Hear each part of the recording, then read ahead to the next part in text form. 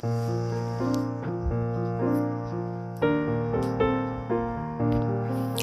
Friends, how are you. आप लोग देखिए, in this class we are going to discuss about the molecular and empirical formula. You are all aware about the molecular formula. आपको molecular formula के बारे में बिल्कुल अच्छी तरह पता है। आप बहुत से केमिकल कंपाउंड्स के मॉलिक्यूलर फार्मूला लिखते हो, केमिकल रिएक्शन में भी लिखते हो, but you don't have idea about the empirical formula.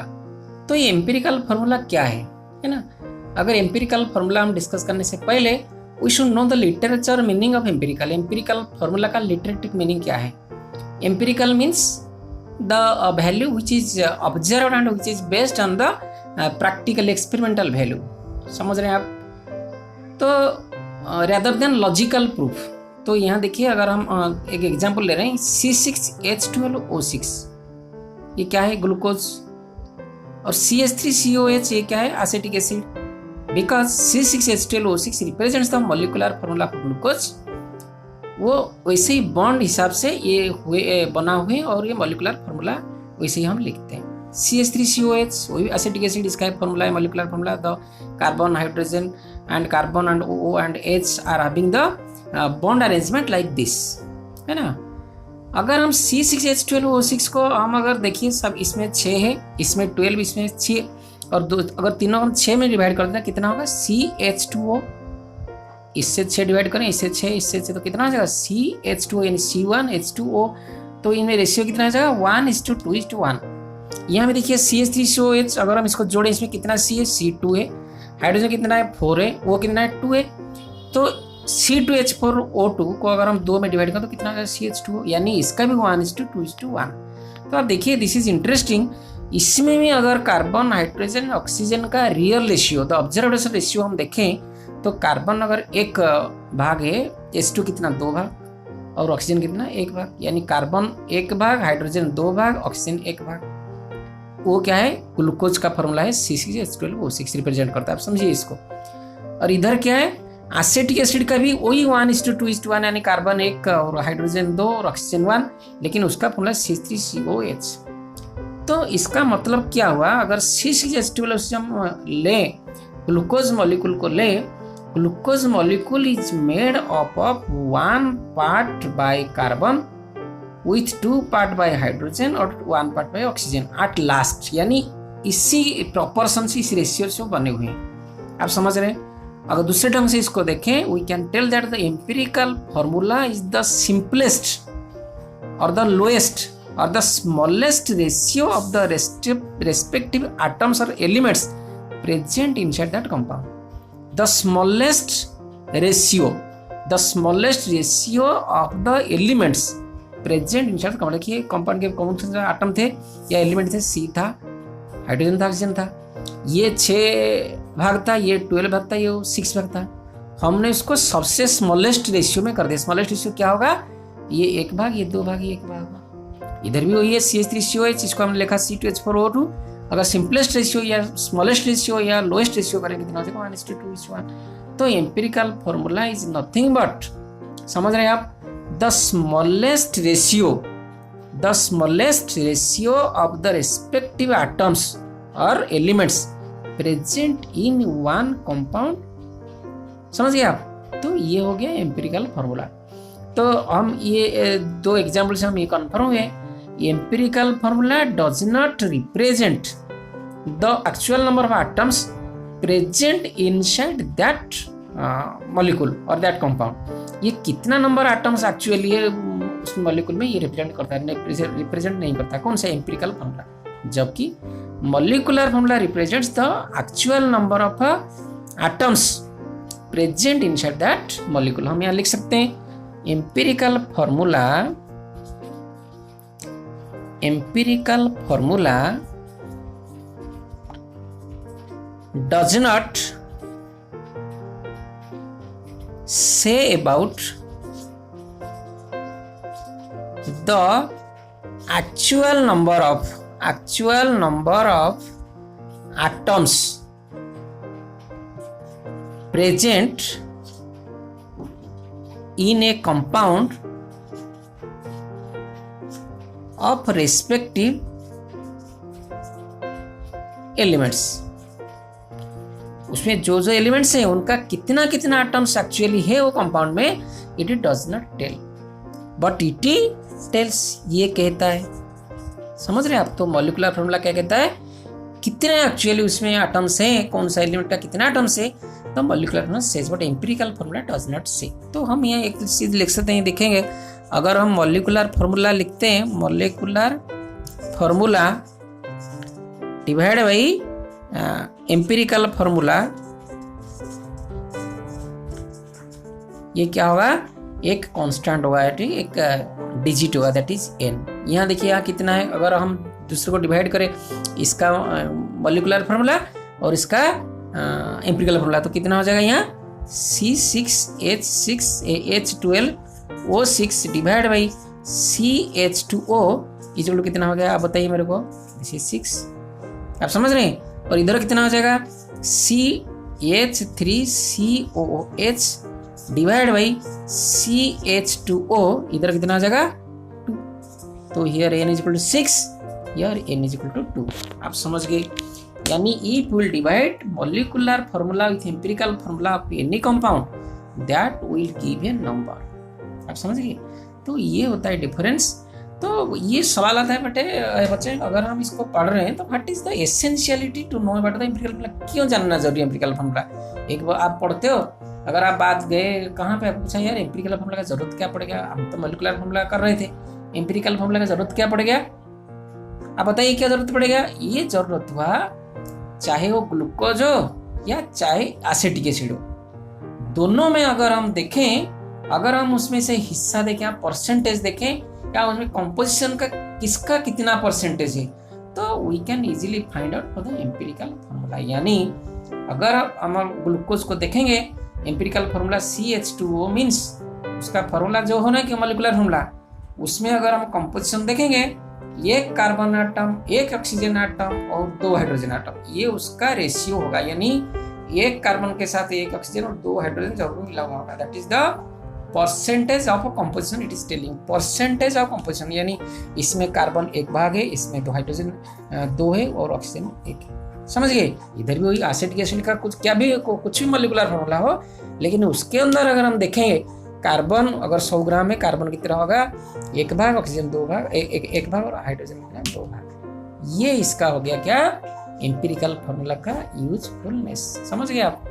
इसको अच्छी तरह समझने के लिए आप देखिए हम एक प्रॉब्लम कर रहे हैं, so that you can understand it easily. Okay, अब देखिए determination of empirical formula from the percentage of composition of element. इसका मतलब क्या है, अगर किसी कंपाउंड में जितने एलिमेंट्स है, अगर उनका परसेंटेज हमको पता है, परसेंटेज मीन्स 100 में से या आउट ऑफ 100 कितना है उसमें, तो अगर हमको पता है तो we can find out the empirical formula. How it is, आप देखिए अगर इस प्रॉब्लम को हम सॉल्व करते हैं तो यू कैन अंडरस्टैंड इजीली।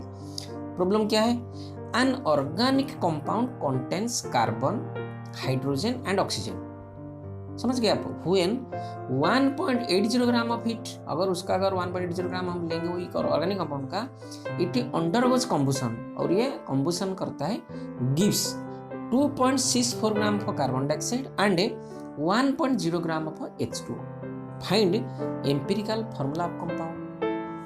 तो ये पूछ रहा है एम्पिरिकल फॉर्मूला, इसमें कौन सा carbon, hydrogen, oxygen. So let हम लिखेंगे, लेट एम्पिरिकल फॉर्मूला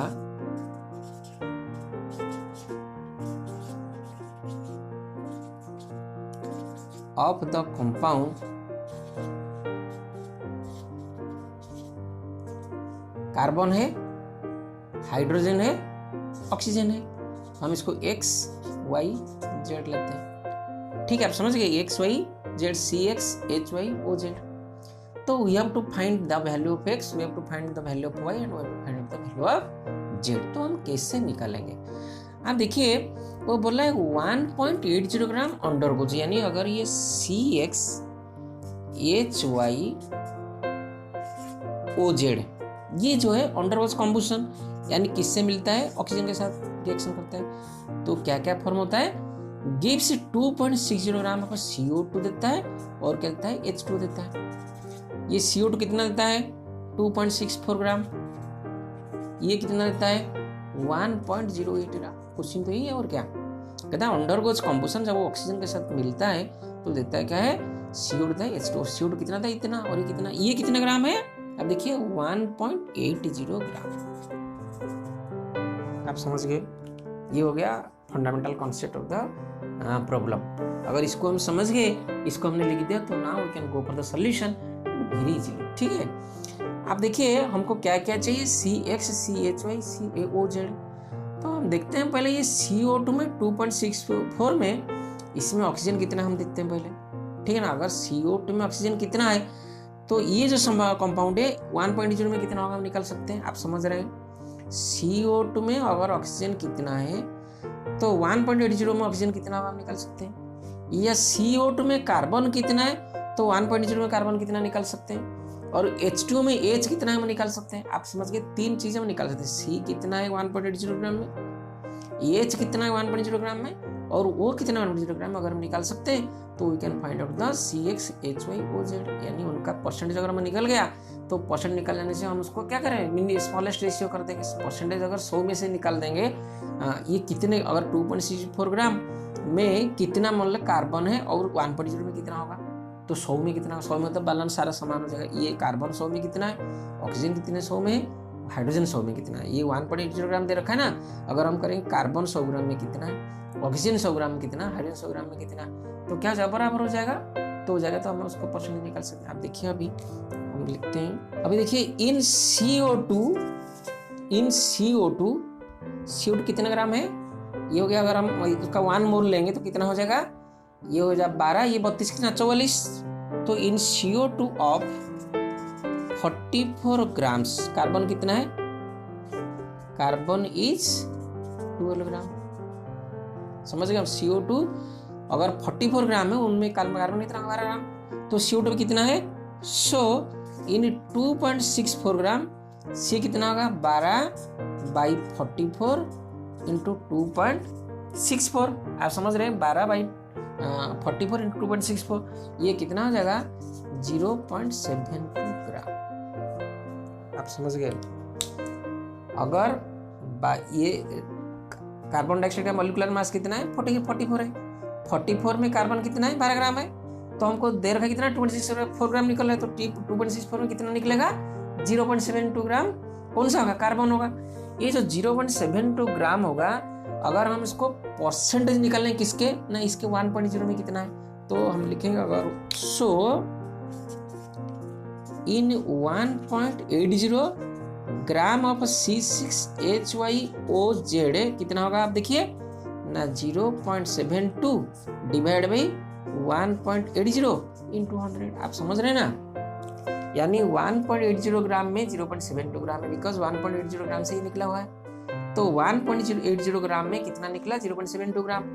तो 100 ग्राम में कितना निकला, अगर परसेंटेज हम लिख के कितना हो जाएगा 0.872 इंटू 1.0 इंटू 100। सो इन CH2 कितना किसका है, C, परसेंटेज ऑफ C कितना हो गया ना 0.72 बाई 1 इंटू 100। ये कितना हो जाएगा आपका, ये हो जाएगा 40। आप ये समझ गए क्या। तो कार्बन का हमने परसेंटेज निकाल दिया, इसमें कितना परसेंट है ना 40% है। समझ गए। अब हम चलते हैं H2 का निकालते हैं। H2 अभी देखिए इन H2 18 ग्राम, हाइड्रोजन इज 2 ग्राम। अगर H2 का मॉलिक्यूलर मास लेंगे तो 18 ग्राम, तो इन H2 18 ग्राम, हाइड्रोजन इज 2 ग्राम। सो कितना निकला है 1.08। सो इन 1.08 ग्राम कितना का 2/18 इंटू 1.08 इज इक्वल टू 0.12 ग्राम। समझ गए। तो इन 1.80 हमारा टोटल कंपाउंड है, 1.80 में कितना निकलेगा 0.12 डिवाइड 1.80।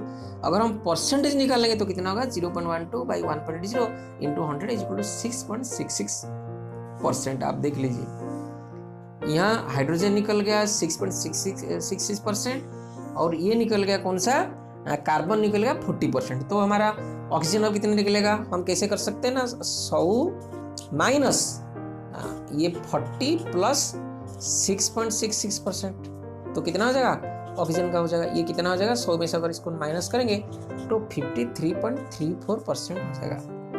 तो अभी हम क्या किए, हम तीनों का परसेंटेज निकल दिया। परसेंटेज कितना अभी निकल गया हमारा, C का निकला 40%, H का निकला 6.66%, वो का निकला 53 कितना परसेंट, 34%। ये अभी निकल गया है ना। तो अगर इसको निकल गया तो हम इसको कैसा निकालेंगे, इसका ये एम्पिरिकल फॉर्मूला। तो we have to divide this 40 by इसका एटॉमिक मास से हमको डिवाइड करना, divide by 6.66 divide by 1, 53.34 divide by 32। आप समझ गए इसको, सॉरी 16 ना, एटॉमिक मास में डिवाइड करें ना। अब इसको डिवाइड करेंगे सभी एटॉमिक मास में। सो एटॉमिक मास में अगर डिवाइड करेंगे तो इसका वैल्यू कितना हो जाएगा 3.33, इसका वैल्यू हो जाएगा 6.66, इसका वैल्यू हो जाएगा 3.33। आप देखिए ये 3.33 सभी को अगर हम डिवाइड करें 3.33, इसको भी 3.33, इसको भी 3.33, तो कितना हो गया 1, दिस इज 2, दिस इज 1। आप समझ रहे हैं अभी इसका वैल्यू 1 हो गया, इसका 2 हो गया, इसका 1 हो गया। तो x का वैल्यू कितना हो गया, CHO हमने ले रखा है, CHO, तो x का हो गया 1, x का हो गया 1, h का हो गया 2, O का होगा 1। तो कौन सा हुआ, CH2O। आप समझ गए। जब हम परसेंटेज निकाल लेते हैं, what is the percentage amount of the respective element in that compound, हमारा C निकल गया 40%, हाइड्रोजन निकल गया 6.66%, ऑक्सीजन निकल गया 53.34%। तो जब परसेंट निकल जाता है तो हम उसका एटम के मास से डिवाइड करते हैं। कार्बन का कितना 12 है, 12 में डिवाइड किए, इसका 1 है, 1 में, इसका 16 है। तो अगर डिवाइड करने के बाद हमारा कितना लगा 3.33, 3.66, 3.33। तो अगर हम देखें ये कॉमन मल्टीपल इसमें में आगे, तो उसको 3.33 में अगर डिवाइड कर देंगे तो ये हो गया 1, ये हो गया 2, ये हो गया 1। हमने लिखा है CHO, CX, HY, OZ, तो CH2। आप समझ गए। तो by the help of percentage composition we can go for the finding out of the empirical formula of any compound। आप समझ गए।